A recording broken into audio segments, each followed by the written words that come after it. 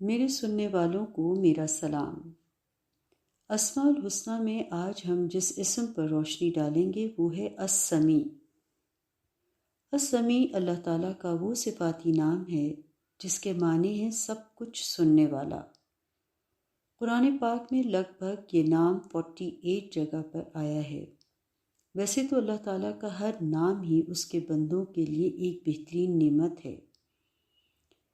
لیکن السمیع اگر مظلوموں کے لیے ڈھارس کا سبب بنتا ہے تو گناہ گاروں کے لیے ایک تنبیہ کا کام کرتا ہے۔ السمیع قرآن پاک میں زیادہ تر العلیم کے ساتھ آیا، یعنی سننے والا اور علم رکھنے والا۔ جب سرداران قریش اور کفار مکہ محمد صلی اللہ علیہ وسلم کی ہدایات پر کان نہ دھرتے تھے، کمزور مسلمانوں کو ایذا پہنچاتے تھے، اس صورتحال میں آپ صلی اللہ علیہ وسلم بہت آزردہ ہو جاتے تو یہی اسم آپ کی تسکین کا سبب بنتا، کیونکہ آپ صلی اللہ علیہ وسلم سے مخاطب ہو کر جگہ جگہ قرآن پاک میں اللہ تعالیٰ یہی تسلی دیتا ہے، اور نہ غمگین کریں آپ کو ان کی باتیں، بے شک ساری کی ساری عزت اللہ ہی کے لیے ہے، وہی خوب سننے والا اور خوب جاننے والا ہے۔ انسان خیر اور شر کا امتزاج ہے۔ اس کی زندگی میں کچھ کمزور لمحے ایسے بھی آتے ہیں جب اس پر شیطان حملہ آور ہوتا ہے۔ کبھی کبھی نماز کے دوران سوچ بھٹک جاتی ہے، بعض اوقات جب وہ خود ضرورت مند بھی ہوتا ہے اور ہاتھ بھی تنگ، ایسے میں اللہ تعالیٰ کے نام پر کچھ نکالنا اس کے لیے مشکل ہو جاتا ہے۔ شدید گرمی میں روزے اور شدید سردیوں میں نماز کے لیے اٹھنا صرف اسی وقت ممکن ہوتا ہے جب اللہ تعالیٰ توفیق دے، لیکن ان تمام کیفیات سے نکلنے کے لیے بھی بہت سہولت اور بہت آسانی کا راستہ اللہ تعالیٰ نے ہمیں قرآن پاک میں دکھا دیا۔ قرآن میں آتا ہے، اور اگر ابھارے آپ کو شیطان کی طرف سے کوئی وسوسہ تو اللہ کی پناہ مانگیے، یقیناً وہ خوب سننے اور خوب جاننے والا ہے۔ یہ حقیقت ہے کہ اللہ تعالیٰ نے اپنی ہر مخلوق کا رزق اس کی پیدائش کے ساتھ ہی لکھ دیا ہے، جو ہر حالت میں اسے مل کر رہتا ہے،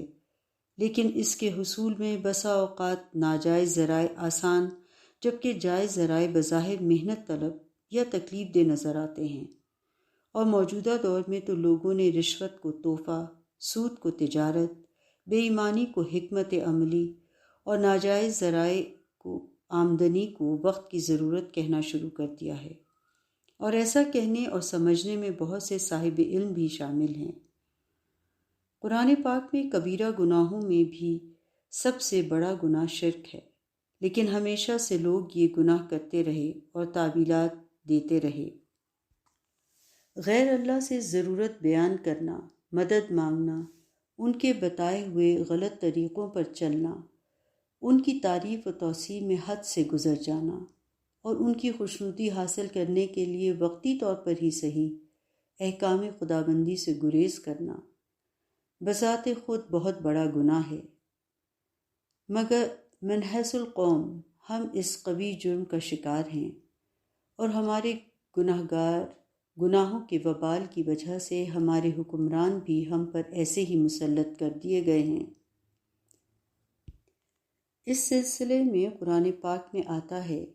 کہہ دیجئے کیا تم عبادت کرتے ہو اللہ کو چھوڑ کر اس چیز کی جو تمہارے لیے نہ نقصان کا اور نہ نفع کا اختیار رکھتی ہے،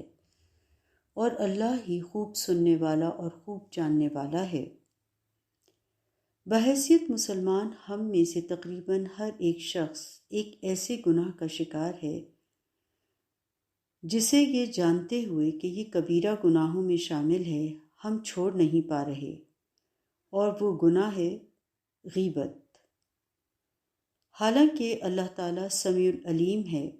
سمیع البصیر ہے، ہم کیونکہ اس سننے والے سے کوئی کہی ہوئی بات چھپا نہیں سکتے تو ہمیں چاہیے کہ ہم غیبت، عیب جوئی، الزام تراشی اور بہتان تراشی جیسے گناہوں کو فوراً چھوڑ دیں، تاکہ ہمارا اللہ ہمیں معاف فرمائے۔ ہمیں اس غلط فہمی میں نہیں رہنا چاہیے کہ ہماری کسی بات سے اللہ بے خبر ہو سکتا ہے۔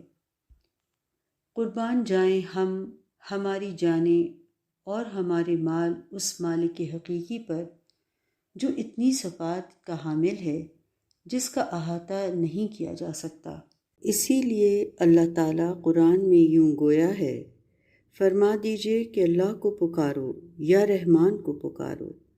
جس نام سے بھی پکارتے ہو سب اچھے نام اسی کے ہیں۔